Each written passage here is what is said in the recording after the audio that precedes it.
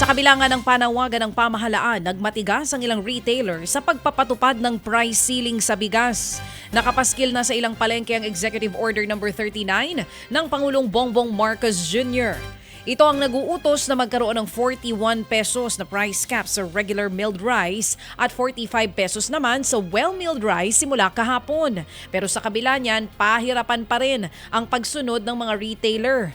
Wala na raw kasi silang kikitain kung ibebenta ang mga bigas ng palugi. Hindi po pwede yun. Supplier po. Supplier po kausapin. Wag po kami.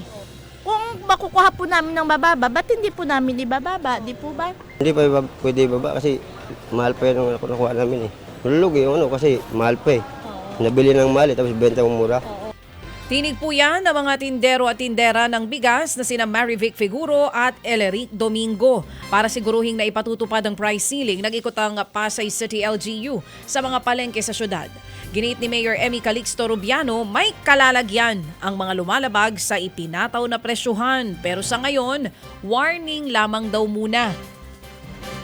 Dito po sa amin, syempre, patuloy lang ang aming inspeksyon 24/7. At talagang sila ay babawalan at syempre ipatitigil natin kung sila ay nagbebenta ng mataas doon po sa classification ng bigas. Ted Filon at DJ Chacha ngayon nasa Radyo 5 92.3 News FM Monday to Friday 6 to 10 a.m.